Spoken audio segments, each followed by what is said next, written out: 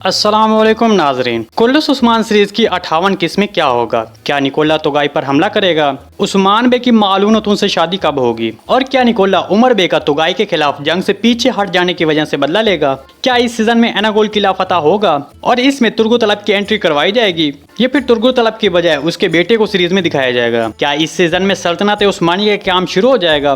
तो आज की इस वीडियो में इन सब सवालात के जवाब बड़ी तफसील से आपको बताएंगे, तो इसलिए आपने हमारी वीडियो को आखिर तक लाजमी देखना है। मगर इससे पहले आपसे छोटी सी गुजारिश है कि हमारे चैनल को सब्सक्राइब कर दें। इसके अलावा अगर आप हमसे किसी भी किस्म के हवाले से बात करना चाहते हैं या फिर सवाल पूछना चाहते हैं तो इसके लिए आप वीडियो की डिस्क्रिप्शन में दिए गए हमारे सोशल अकाउंट्स को फॉलो करके आप हमसे बात कर सकते हैं। चलिए अब हम अपनी वीडियो का आगाज करते हैं। कुल्लुस उस्मान सीरीज की 58 किस्म 12 मई रोज बुध को रात 11 बजे नशर की जाएगी। ये सीजन 60 इकसात पर मुश्तमिल है। सबसे पहले बात करते हैं कि क्या निकोला तुगाई पर हमला करेगा। देखिए, निकोला जो काले शुमान तोगे पर हमला करने का मंसूबा बनाकर बैठा है। आने वाली किस्म में जब उसको पता चलेगा कि उमर बे उस्मान बे की वजह से वापस चले गए हैं तो निकोला तुगाई पर हमला नहीं करेगा, क्योंकि निकोला जानता है कि उसके फौजियों की तादाद काले शुमान तोगे के फौजियों की तादाद से कम है। अगर वो तुगाई पर अकेला हमला करता है तो वो शिकस्त खाएगा, तो इसलिए निकोला तुगाई पर हमला नहीं करेगा। ये बात हम आपको इसलिए यकीन से कह रहे हैं क्योंकि जब एनागोल किले में हेलेन ने निकोला से पूछा कि हम तुगाई को कैसे शिकस्त दे सकते हैं, क्योंकि हमारे फौजियों की तादाद कम है, इसके बावजूद अगर हमने जंग की तो हम शिकस्त खाएंगे।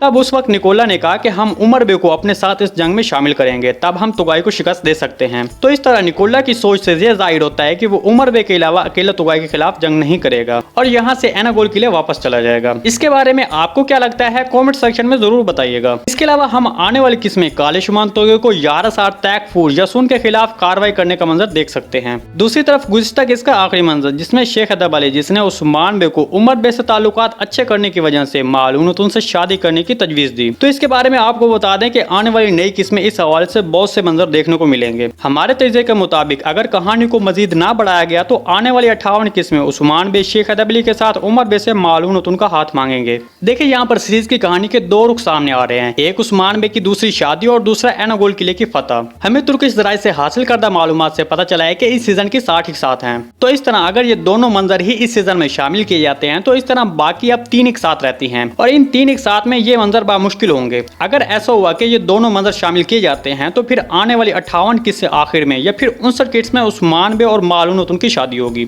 इस शादी के बाद उमर बे और उस्मान बे के दरमियान दुश्मनी खत्म होगी और वो एक दूसरे के मजबूत इत्तेहादी बन जाएंगे। इसके अलावा सुल्तान मसूद की जानिब से भेजी गई फौज से उस्मान बे मजीद ताकतवर होगा, तब उस्मान बे एनागोल किले पर हमला करने के लिए जा सकते हैं। चूंकि ये सब काम इन 3 एक साथ में होना मुश्किल है, इसलिए हमारे तजज़िये के मुताबिक इस सीजन की अहम पेशरफ्त उस्मान बे और मालून की शादी और तमाम तुर्क कबाइल का इत्तेहाद दिखाया जाएगा। और सीजन का आखिरी मंजर कुछ इस तरह दिखाया जा सकता है कि उस्मान बे अपनी फौज के साथ एनागोल किले पर हमला करने के लिए कबीले से निकल चुके हैं। इस हवाले से आपका क्या ख्याल है कॉमेंट सेक्शन में जरूर बताइएगा। इसके अलावा अगर तुर्को तलब का इस सीरीज में वापसी के बारे में बात की जाए तो अभी इस हवाले से तुर्किश मीडिया ने कोई रिपोर्ट नहीं दी। जैसे कि तारीखी ज़राए में मालूमात मौजूद हैं कि एनागोल किले का फातेह तुर्को तलब था और अब जबकि एनागोल किले की फतह करीब आ चुकी है और अभी तुर्को तलब को सीरीज में शामिल नहीं किया गया, तो क्या तुर्को तलब इस सीजन में शामिल किया जाएगा? देखें, जैसा कि हम आपको पहले ही बता चुके हैं कि एनागोल किले की फतह को सीजन 3 में शामिल किया जा सकता है। तो इस तरह अगर तुर्को तलब का किरदार शामिल किया भी जाता है तो वो सीजन 3 में शामिल किया जाएगा, लेकिन हमारे तजज़िये के मुताबिक इस बात के चांसेस बहुत कम हैं, क्योंकि बुज़दाग साहब अगर कुछ ऐसा सोचते तो इस सीजन में जब अर्तुगरुल गाजी की वापसी करवाएगी तो तब उसके साथ ही तुर्को तलब की वापसी भी करवा सकते थे,